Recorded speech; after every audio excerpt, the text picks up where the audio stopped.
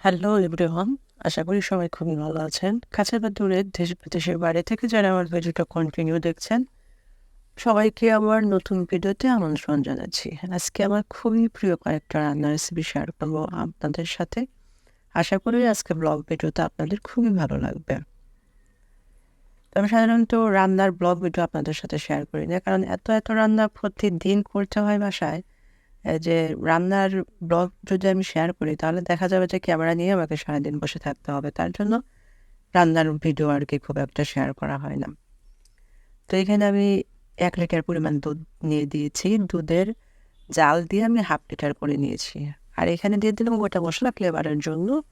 আর চিনি দিয়ে দিলাম পরিমাণ মতো। আপনারা যেরকম চিনি খেতে চান আরকি। আমার চিনি খেতে খুব একটা বেশি ভালো লাগে না। তার জন্য আমি সবসময় একটু কমই খাওয়ার চেষ্টা করি। তো এখানে আমি লাচ্ছা সেমাই রান্না করব এটা। তো সেমাইয়ের টেস্ট আরেকটু বাড়িয়ে দেওয়ার জন্য এখানে আমি কনডেন্স মিল্ক দিলাম ১ চা চামচ আর দিয়েছিলাম কিশমিশ। এই ২ টা জিনিস এড করলে কিন্তু আপনার লাচ্ছা সেমাইয়ের যে স্বাদটা সেটা দ্বিগুণ বৃদ্ধি পায়। একবারের জন্য হলেও এভাবে বাসায় ট্রাই করবেন, দেখবেন খুবই ভালো লাগবে। এরপর চুলাটা একদম বন্ধ করে লাচ্ছা সেমাই দিয়ে ঢেকে রাখবো ১০ মিনিটের মতো, তাহলে হয়ে যাবে। এরপর আমি যেটা করেছিলাম, কড়াইয়ে তেল দিয়ে তে পেঁয়াজ ভেজে নিয়েছিলাম। ভেজে নেওয়ার পর ওইখানে সব ধরনের মাংসের মসলা দিয়েছিলাম। আদা, রসুন, জিরা বাটা এবং গুঁড়ো মসলা এড করে মসলাটা ভালো করে কষিয়ে নিয়েছিলাম। কষিয়ে নেওয়ার পর এখানে মাংসটা দিয়ে দিয়েছিলাম। মাংসটা কিন্তু আমি এই পর্যায়ে কোনো পানি দিইনি। তো যখন মাংস আপনি ফার্স্ট টাইম কষাবেন তখন চুলার আঁচটা অবশ্যই লোতে রাখবেন। তাহলে দেখবেন মাংসর থেকে অনেক পানি বেরিয়ে আসছে। সেই পানি দিয়ে আপনার মাংসটা কষানো হয়ে যাবে। তাহলে খাবারের টেস্টটি খুব ভালো আসে। আর মসলা অবশ্যই ধাপে দিবেন আর কষাবেন, যে জিনিসটা আমি আপনাদেরকে সবসময় বলি। ধাপে মসলা দিলে আর কষালে কিন্তু খেতে ভীষণ ভালো হয়।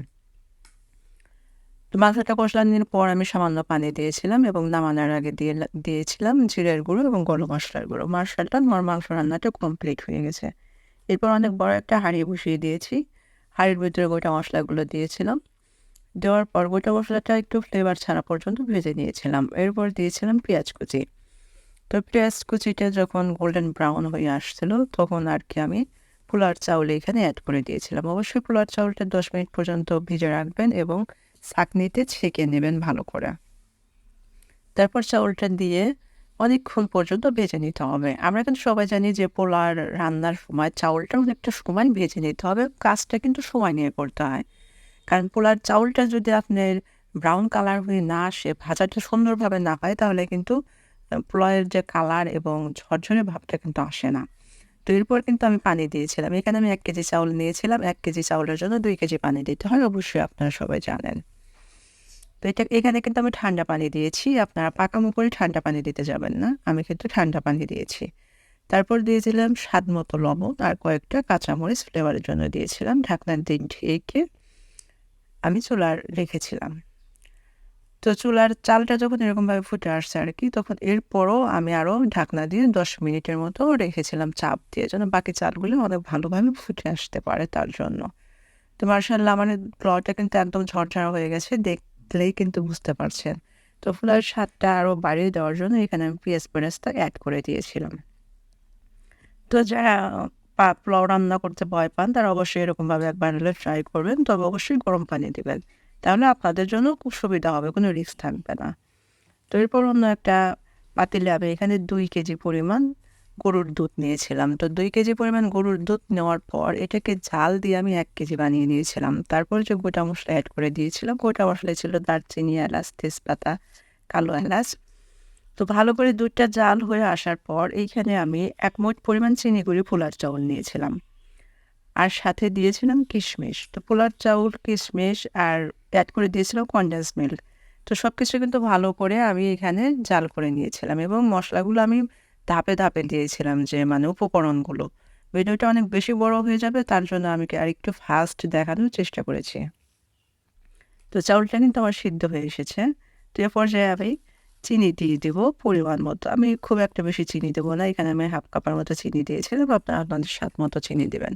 আর পোলাওর স্বাদটা আপনার আ দ্বিগুণ করার জন্য অবশ্যই কিশমিশ, বাদাম দিতে পারেন কনডেন্স মিল্ক, সাথে গুঁড়ো দুধও দিতে পারেন। এই কয়েকটা উপকরণ যদি আপনি দেন তাহলে দেখবেন পোলাওর স্বাদটা অনেক বেশি বৃদ্ধি হয়ে গেছে। আর পোলাও রান্না করার সময় কিন্তু অবশ্যই ধৈর্য নিয়ে করতে হয়। দেখতেই পারছেন এটা কিন্তু আমার কালার চেঞ্জ হয়ে গেছে, মানে আমার পারফেক্টভাবে এটা রান্না হয়ে গেছে। খেতে কিন্তু খুবই ভালো ছিল। আর আমার হাতের এই পায়েসটা যে একবার খায় সে কিন্তু বারবার খাওয়ার জন্য রিকোয়েস্ট করে, এতটাই ভালো হয় খেতে। তো এর গুণটাতে আমি একটু দেখিয়ে দেওয়ার চেষ্টা করছি।